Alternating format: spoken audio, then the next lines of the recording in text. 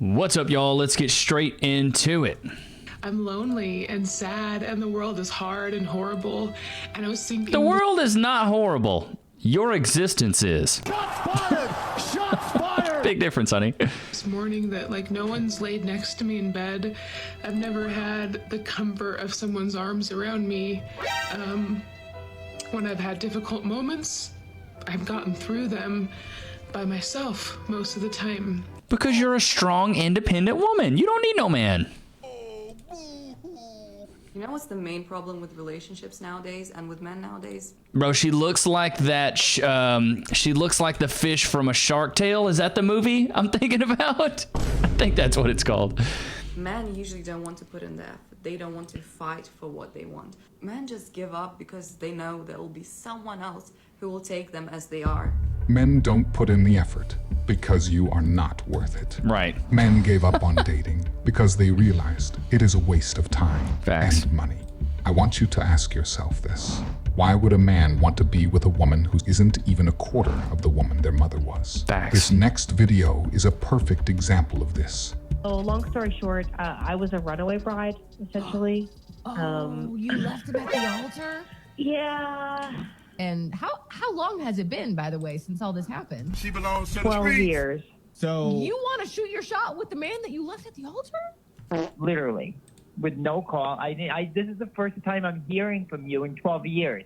stupid. You understand? Yeah. I've not spoken to you in 12 years. You just literally vanished. After leaving him at the altar and ghosting him for 12 years, What? She straight cold dipped on this dude, Runaway Bride style? Oh my God. And now she's like, will you take me back? 12 years as a widow. Goodness gracious. Nah, she deserves to stay single. I hope he doesn't take her back. because she thought she could do better, she decided to try and come back to him after realizing she couldn't. That's Her wild, desperation to find a husband before she turns 40 is apparent. And the only reason she is trying to get back with him is because no other man would take her seriously like he did. I thought that I wanted to have the whole college experience of the whole hookup culture. And She wanted the hole to be filled. She wanted to get ran through. She wanted to rack up more bodies than Ted Bundy, Jeffrey Dahmer. I can't remember all the serial killers. John Wayne Gacy. She's like, I'm trying to have these bodies on me.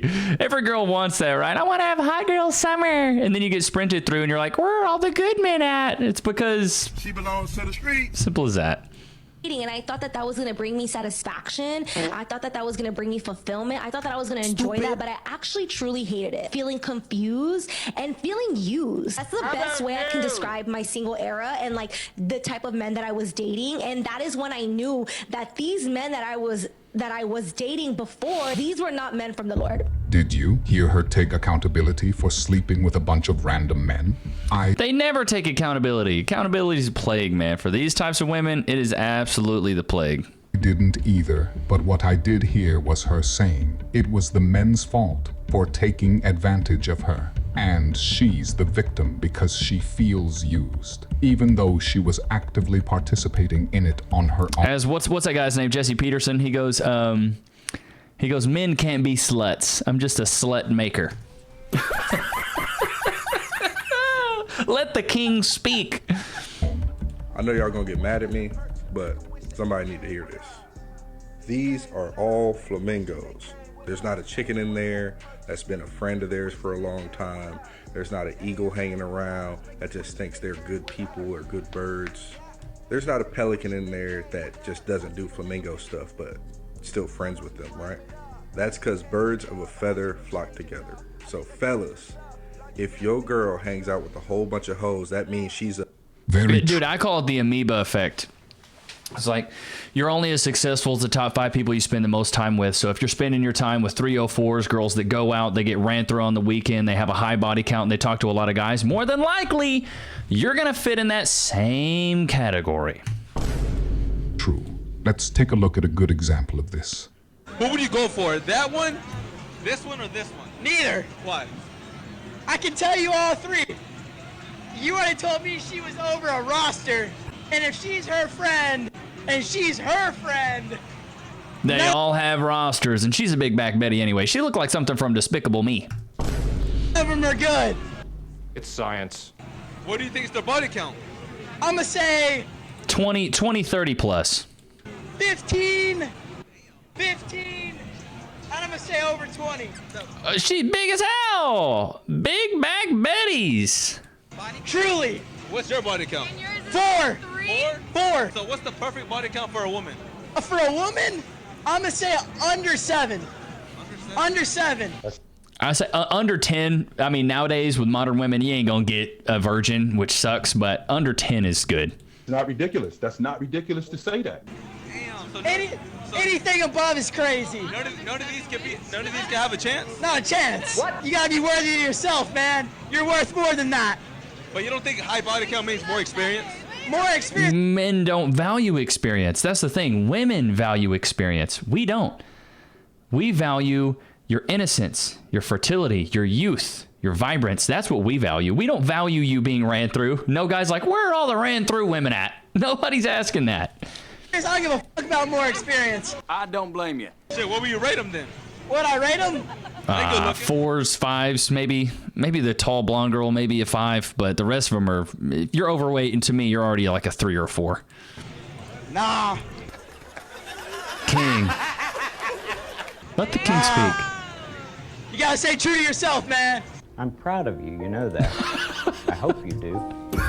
I wouldn't recommend marrying anyone with 2 or more partners, since that would the chances of divorce after 5 years of marriage by marriage cohort and number of premarital sexual partners. 0 partners, 1 partner, 2 partners, 3 partners. Like, dude, I'm telling you, the more bodies you have, the more likely it is that you're gonna get divorced. significantly increase the chances of a divorce. But I would also recommend to simply not get married so you can avoid divorce altogether. Before we continue, if you have enjoyed the video this far, I would greatly appreciate it if you I'm quite literally rolling around in horse trying to get this bottom thing off my car. I don't want to talk about it. I'm gonna cry. I'm trying to get this off. What is she doing? She's got a pair of scissors that you would have in a 3rd grade art class. What are you doing, honey? You're trying to cut some like industrial grade plastic with a pair of like construction paper scissors. What are you even doing? And I need a screwdriver. You need a screwdriver for what? You don't even know what you need it for. I just wish someone would pull over and help me, because I don't know what to do. Can you imagine being a man and just like this happening to you and you just sitting there crying? I hope somebody comes and helps me. Call OnStar. Are you stupid? Stupid. Oh, someone just pulled over. No way. Shocker. Thank you so much. It's a man. There was your daily dose of strong and independent women failing to be independent. It's not even a big deal, besides the fact he told me he didn't want to be Jimmy Jr. and Tina with me, which is totally fine. It's okay. I don't care. And then he's like... Women are children. I'm sorry, women are children. And then he left me on red. After I was like, okay, what about this one? And it's the Barons. At 106, and I checked my phone at 118, and he left me on red. So I said, forget it, with a period. It's not even that big of a deal, but... It's not that big of a deal, but you got snot running down your nose, and you're all salivating and crying.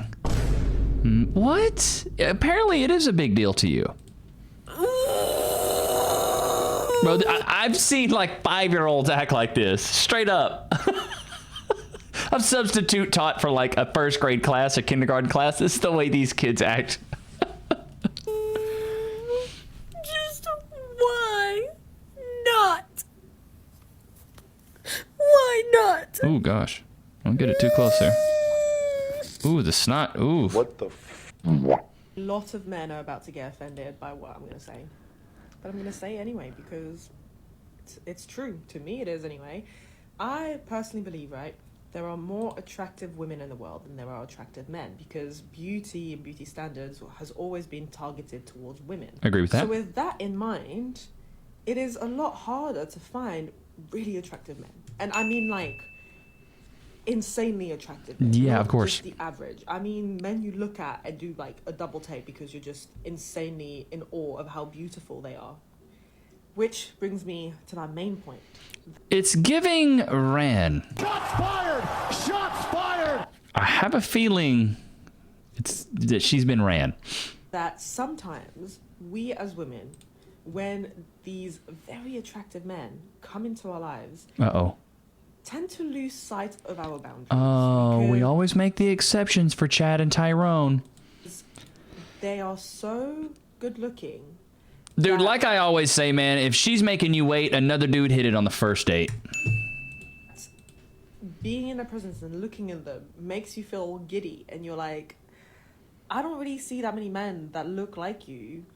And so if you're willing to not try as hard as them, I'm willing to accept that. But Well, because 10% of the men knock down 90% of the women. we need to stop doing that, because it's not good. Just because they're attractive doesn't mean they can treat you like garbage. And stupid. I know that sucks, because I've been there where a really attractive guy, you know, we planned something where it was essentially him just coming to mine after we had met. And initially I said yes, and then I reviewed the whole situation. I was like, look, if... Tell us you got ran through by Chad without telling us you got ran through by Chad. Honey, you let him beat your cheeks for a really low fee. Don't expect the next guy to come in and pay a bunch of money. You know what I'm saying? Like, the next guy should get what Chad got. You let him beat for free. Let me beat for free. Why would I come in and pay a higher price when it's used? I'm not going to. he wasn't this good looking, and just a normal guy had asked you the same thing, you would have said no. You would have straight away been like, no, you're not coming around my house. I don't know you like that. But it's not a nice second way to meet. I need to get to know you better, blah, blah, blah, blah. But you'll let this guy come over and straight blow your back out.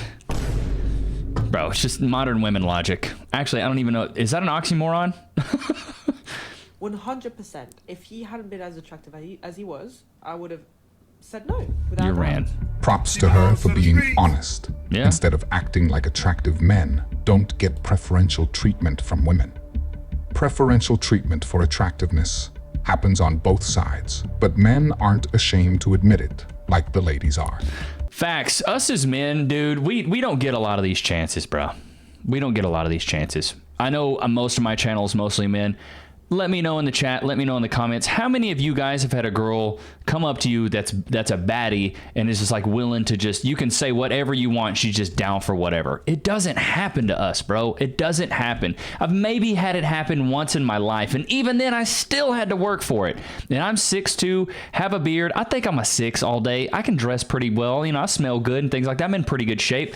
So I have a lot of those things. But like, if I was 5'8" or 5'9", dude, no woman is approaching a guy that's 5'8" or 5'9". You have to have a bunch of money, a bunch of clout. You have to have a lot of things. Like, I feel so bad for the short kings out there because like these guys don't get any preferential treatment.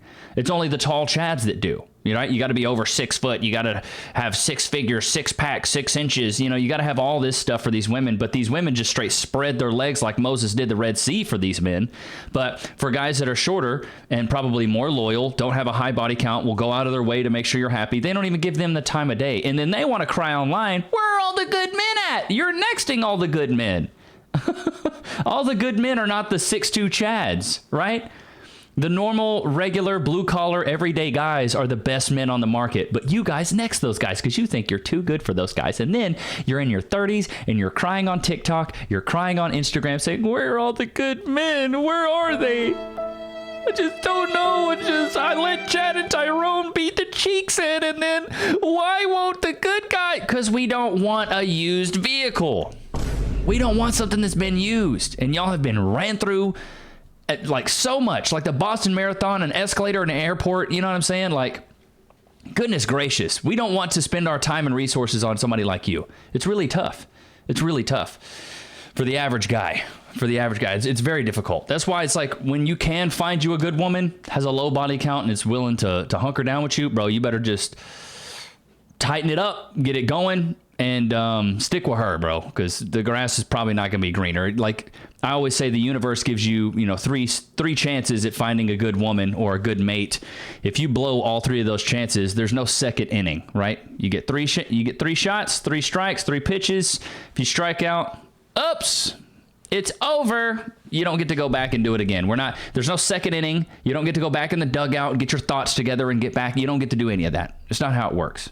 It's absolutely not how it works. And it's so good to see a lot of men going their own way and doing their own thing. It's like men have realized that we're happier alone than with a woman, because a lot of these women are just pure headaches.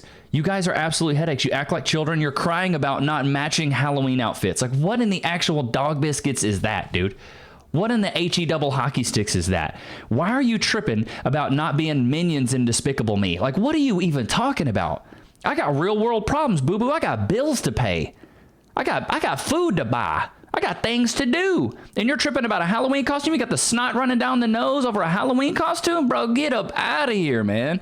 Absolutely get up out of here. Bro, love has been real. I appreciate everything. We're about to hit 10K subs. Mad love to all you guys. Hope you guys enjoyed today's episode. Don't forget to like, comment, subscribe. I will see you guys tomorrow, man. Peace.